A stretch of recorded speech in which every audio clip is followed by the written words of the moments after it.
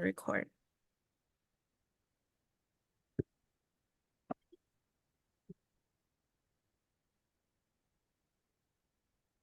All right, and thank you everyone for coming here today. We are going to introduce our case. So basically, the Princess Kaiulani Estate was established to help the elderly of Hawaiian ancestry, and at the time, it feels that it must increase its income to support the population, especially the elderly. There's growing population, there rising healthcare cost. So with this in mind, the estate elected to release the land to a sugar company. So the area of discussion is 500 acres of land surrounding Maile Bay on Oahu. So the Ohia Development Company is a locally owned real estate firm that entered into the agreement with the Princess Kaiulani Estate to lease this agricultural land. So back in the day, the land was used for access and service roads, irrigation ditches, ponds. There were abandoned Hawaiian fish ponds and untouched marsh. Also surrounding Maile Bay was a beach park that was open to everyone. The estate maintained the beach park. There's pavilion, changing rooms, toilets, shower areas, outdoor cooking facilities. Locals use the area, fishermen. There were also issues of homeless encampments at the time too. But once the lease was signed, the Ohia Development Company had shut down the beach and limited access. There was also an attempt to develop the land through the Coconut Royale Development Corporation, but that fell through the cracks. So here we are today where we're meeting with another development company that plans to develop a world-class destination resort area, hotel rooms, golf courses, tennis courts, also nightlife, nightclub shopping, a lot of establishments promising employment for a lot of people, also construction employment too. Hoping that permits that go through and the financing, that all goes well, it would likely increase and help to develop the economy.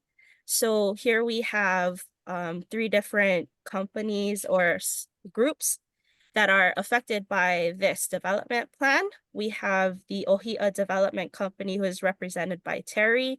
We have Hawaii's Ohana of the Environment, represented by Ansley. And then we have our Hawaii Homeless Healthcare Hui, or H4, who is represented by Honu.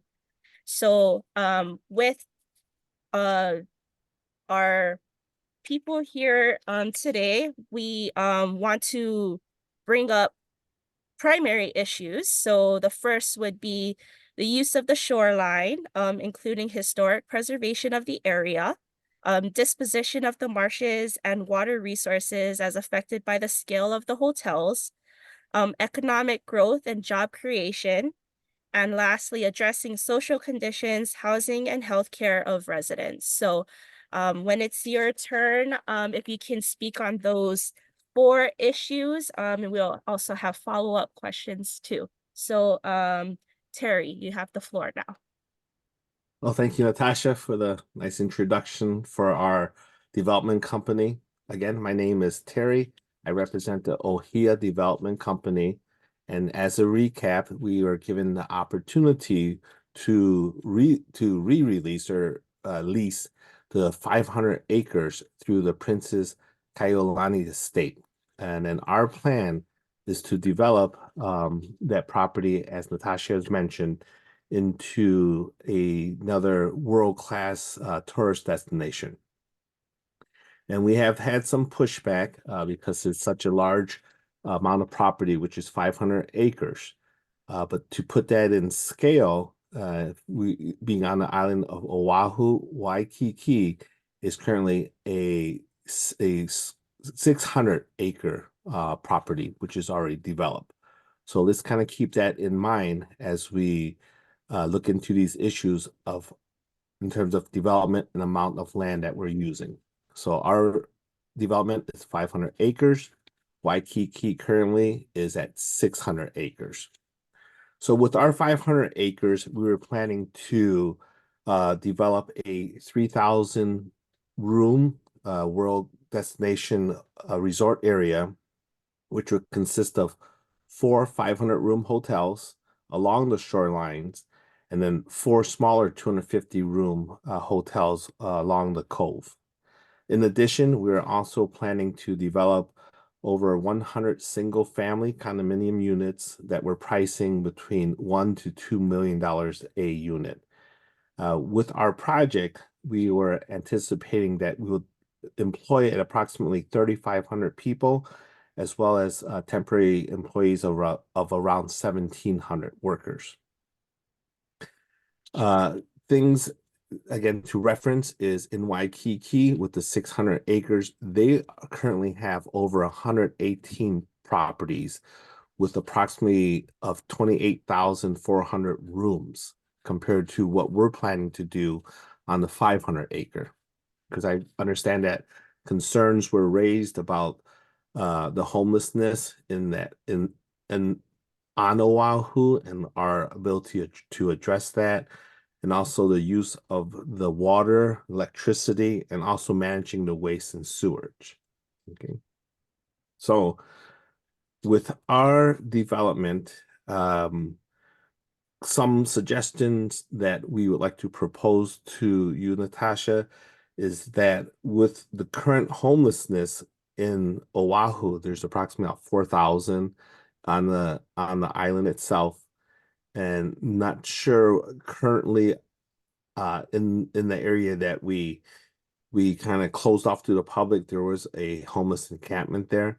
There's a possibility that we can re-educate or help the homelessness to find employment with our company, and also to provide shelter and resources to help them and address what the cause of the homelessness was.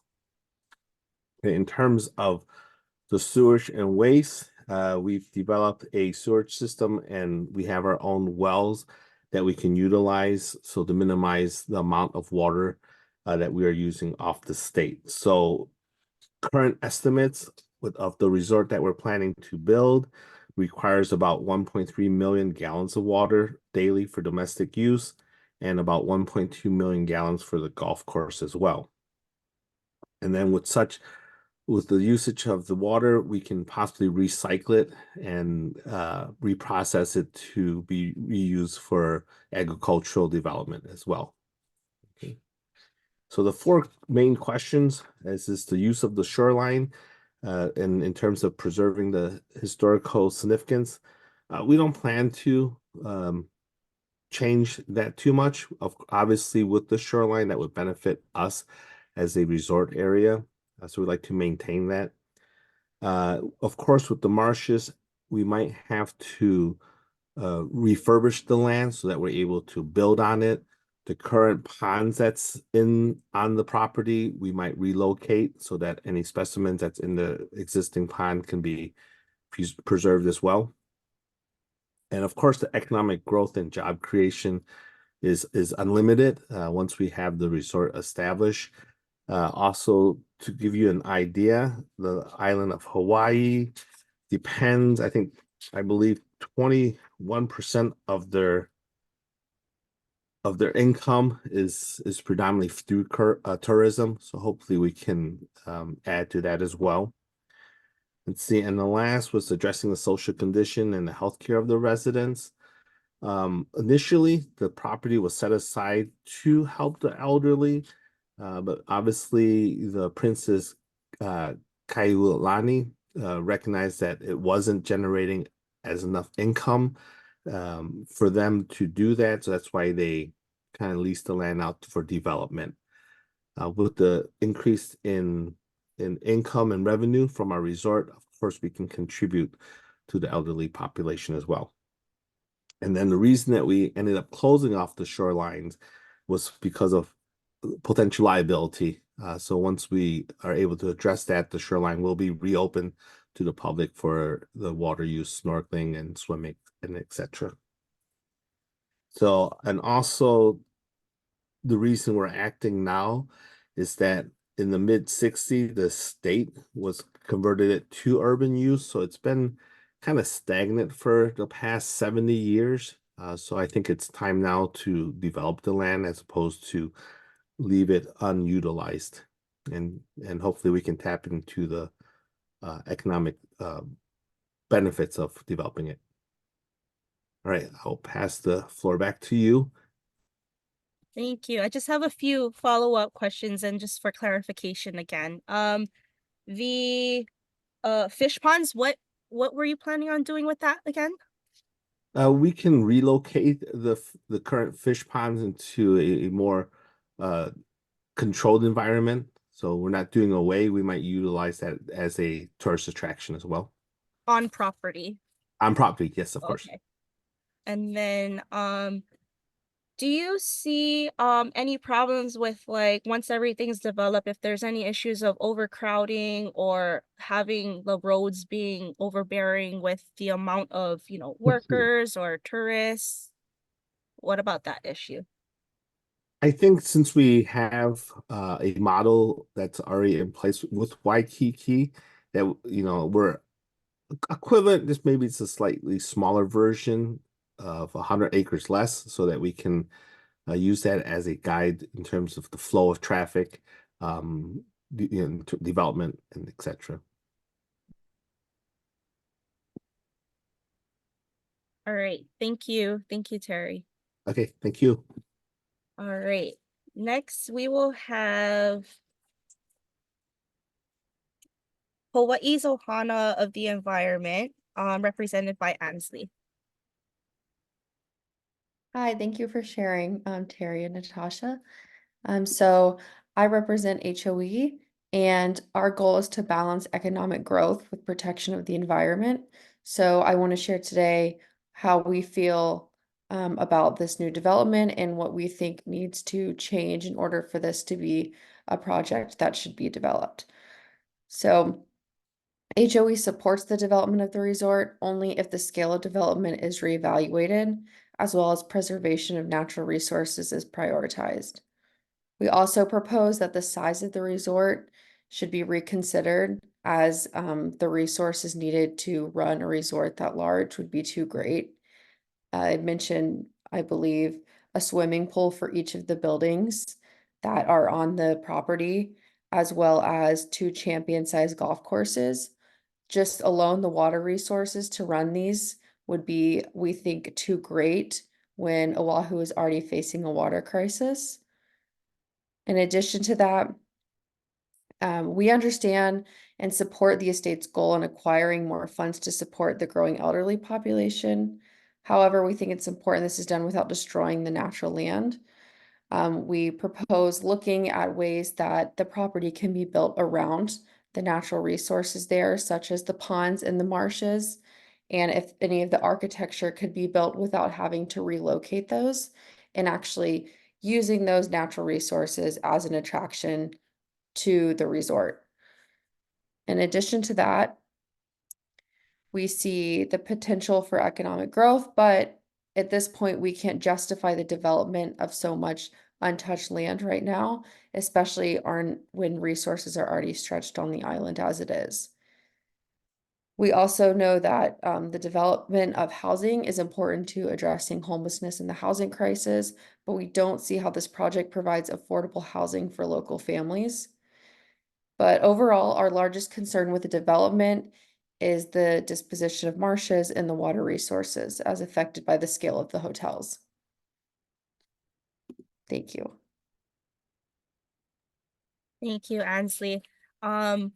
So to talk on the issue of the ponds and the marshes, I know Terry had mentioned possibly like relocating the ponds and whatnot. I don't have too much expertise about, I mean, it being relocated, but with Ansley's um suggestion as to possibly building around that and the marshes, you find that that might be an idea or possible for within the development?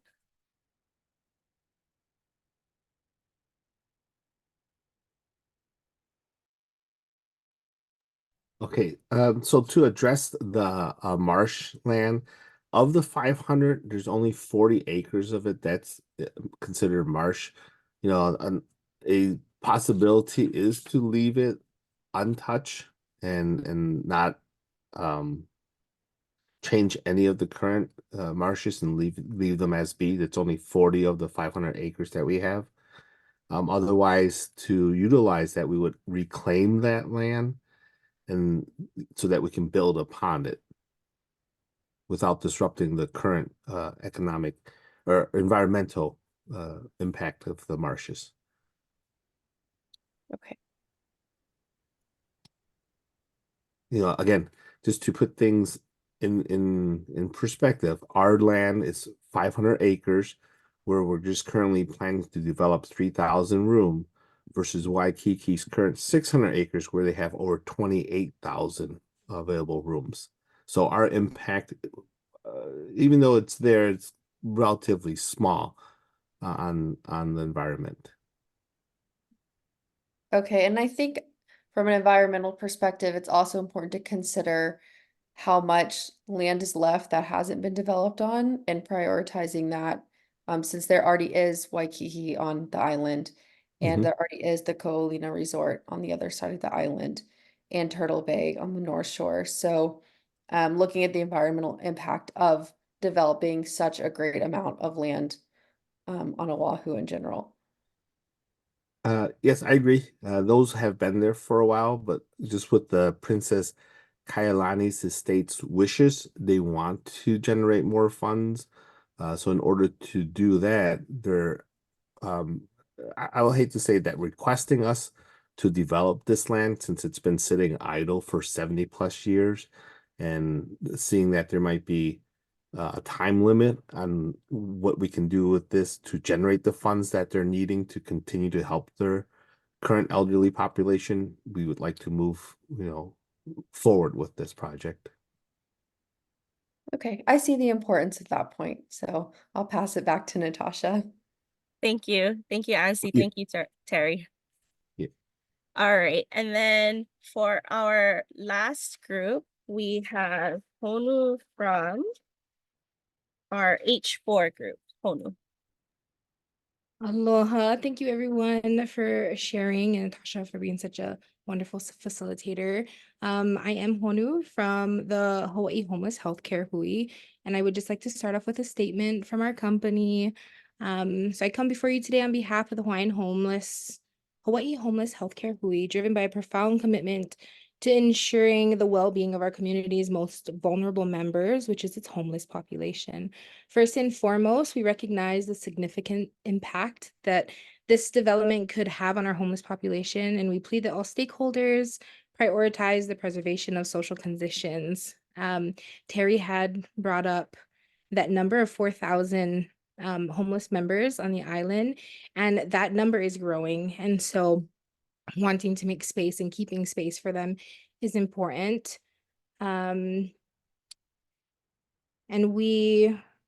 so collaboration is key, and I urge each of our organizations to work together to find solutions that benefit everyone, allocating resources towards supporting the homeless healthcare initiatives, such as expanding the Punavai Medical Respite Center. It's not just an opinion, but I believe that it's a moral imperative. Furthermore, we must engage in our local community, ensuring that our voices are heard and that their concerns are addressed.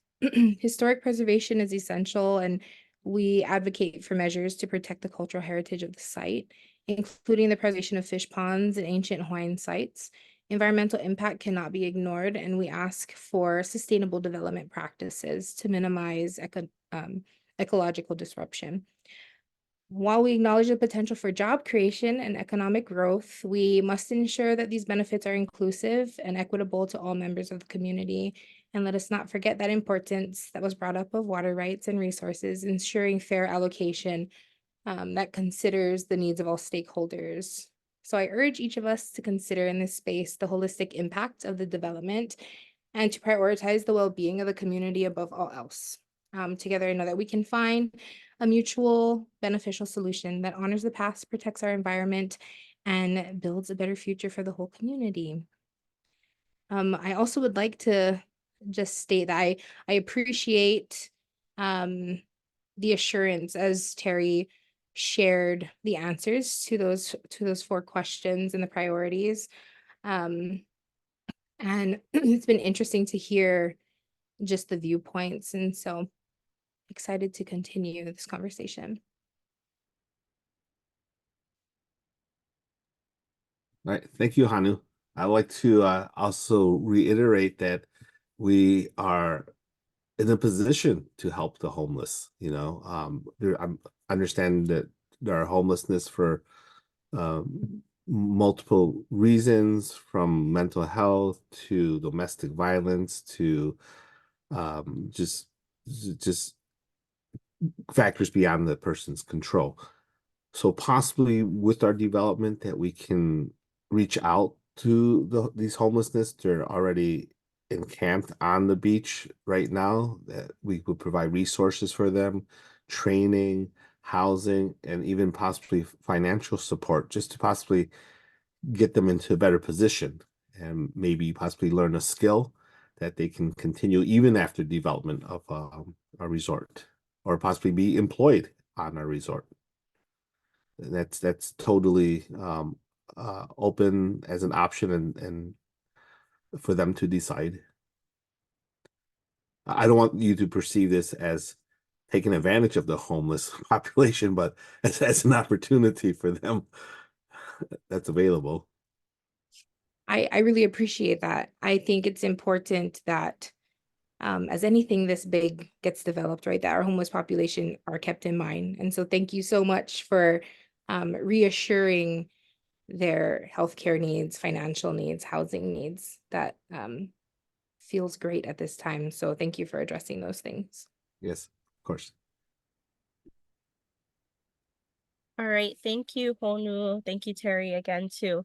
At this time, we can open up the floor as to any other open discussions that I would help to facilitate and help to resolve as we will come to a decision.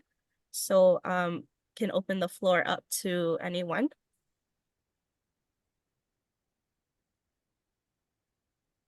A question that I have, and again, thank you, Terry, for reassuring about workforce and including our homeless population within that. But employees who, do you folks plan to bring employees into Hawaii from out of state, or are we focusing on employment from in the local area? Since our company is locally owned, we've had some international projects overseas before. But because of our origin, we like to keep the employment within our local community as well.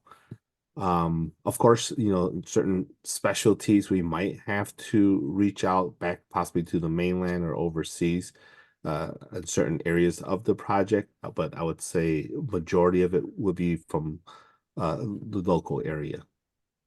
And follow-up question, if we are to bring people in, are they housed on site, or would they need housing elsewhere on the island? I guess we're just worried about displacing other families who are currently here. We don't anticipate to need to displace anybody in that area. We would like to house them here if we were to bring them in. I don't anticipate it to be that many people.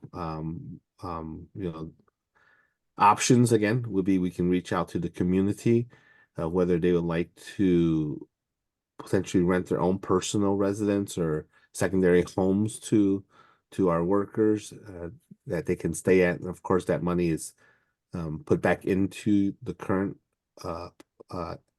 economy of the local people. So that's an option. If that's not available, we currently have housing that we house our other employees that do other jobs throughout the island as well. Thank you. Mhm.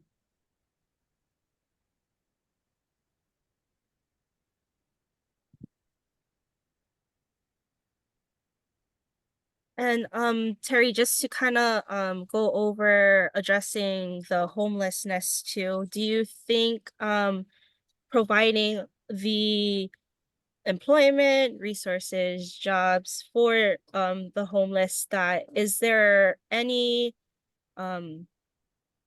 not disturbance, but is there any impact to Governor Green's homelessness agenda?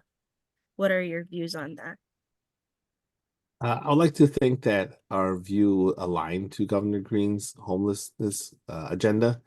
What we've seen worked in the past, for example, in the other projects that we've done on the mainland, like at Detroit Works, within a period of 4 to 6 weeks, we were able to train people to work heavy construction equipment, to do normal construction, electrical, plumbing, etc. And once they've learned that skill, they've ended up being able to continue after their job was completed at that site and to move on to other jobs as well. If there's other factors that cause them to be homeless, for example, drug addiction, that tends to be a big concern. Of course, we can help them with the resources to overcome their addiction, but that might be something beyond the scope of what our company can do. But of course, we would help them seek the help they need. Thank you. Mhm. And I know you mentioned about the waste and sewer is that on site too? Construction waste and such, or after the resort's been developed. During construction, or actually both. We can Both, okay. discuss them both. I was during construction. Sorry. We'll be environmentally conscious. Of course, we'll clean up after construction, as with any other construction projects. And then once the resorts are developed, I like to believe that we would be in line with all the regulations and laws that Hawaii enforces and requires of any resorts. Ansley, is there anything to, more concerns about waste and sewer impacts with the resort? No, not necessarily on that point, but I think I wanted to touch back to the water topic again, if that's okay to Mhm. pivot that way. Yes, yes. So again, like I mentioned, the island's already been facing a water crisis. So how is your company, Terry, justifying building a resort that requires so much water resources just for amenities like the pool and the golf courses? And that's on top of all of the other infrastructure like the nightclubs and restaurants and hotel rooms themselves. How are they planning to not contribute to this crisis while also, building this large resort? And improving on the water as well. Of course, we'll work with the current local water waste treatment facility and see what they need in terms of direction of how we process or send our water waste through the current public sewage system. A lot of times that issues of the damage to the water that's brought up, it's usually because of contaminants, like the most recent, is it the red water system from the naval base that Red they Hill? had Red Hill, yes. Mhm. So that's always brought up, unfortunately, but that was a localized incident on a military base. So since we don't utilize chemicals of that nature, I think our impact or damage to the water system is no more than any other resorts that utilize water treatment. I hope that kind of puts your mind at ease about overloading the wastewater treatment facilities. It does. Thank you. Okay, thank you. And I think you brought up a good point earlier, Terry, that there's a lot that can be, I guess, retreated or reused, so it's not like it's going to waste either too. So Right.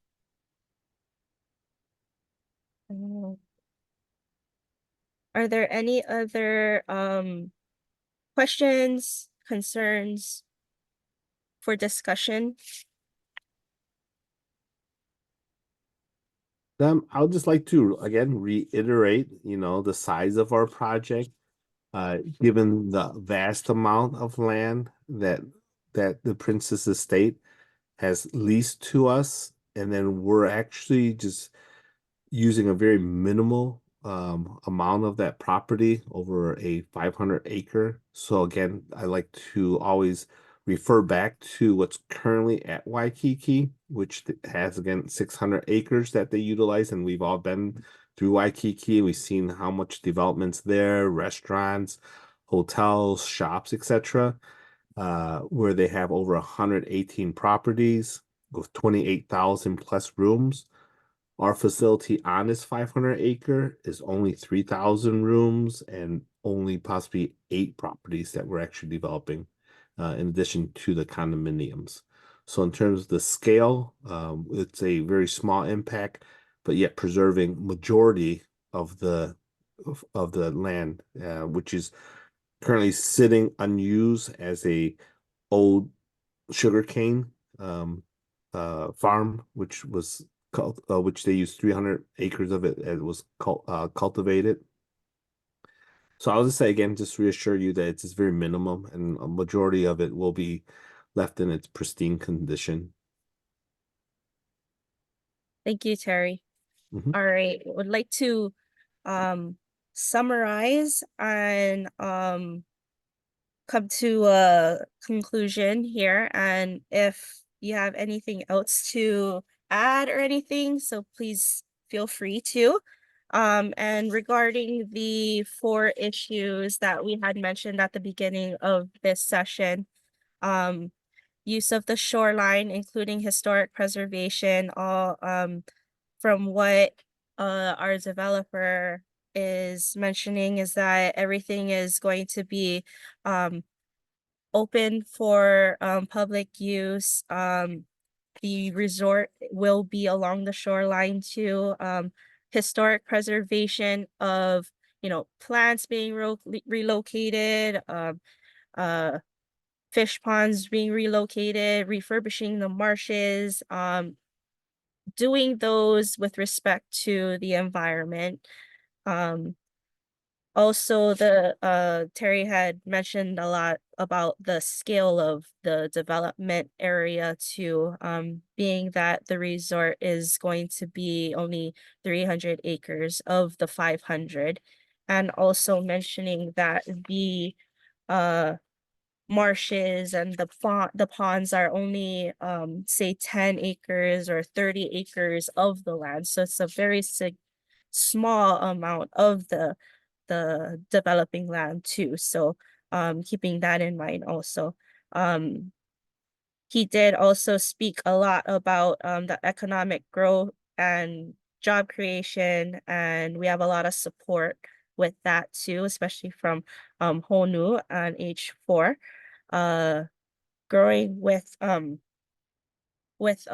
population, the homeless population, and supporting them with jobs, employment,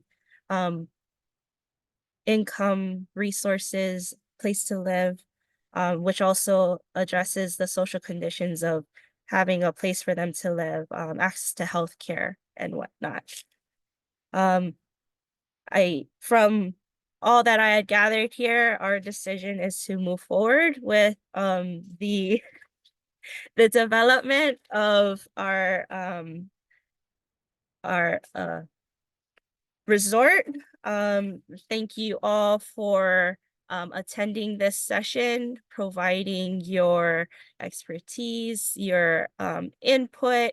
And thank you for all being respectful for everyone too. And I hope you have a good rest of your day.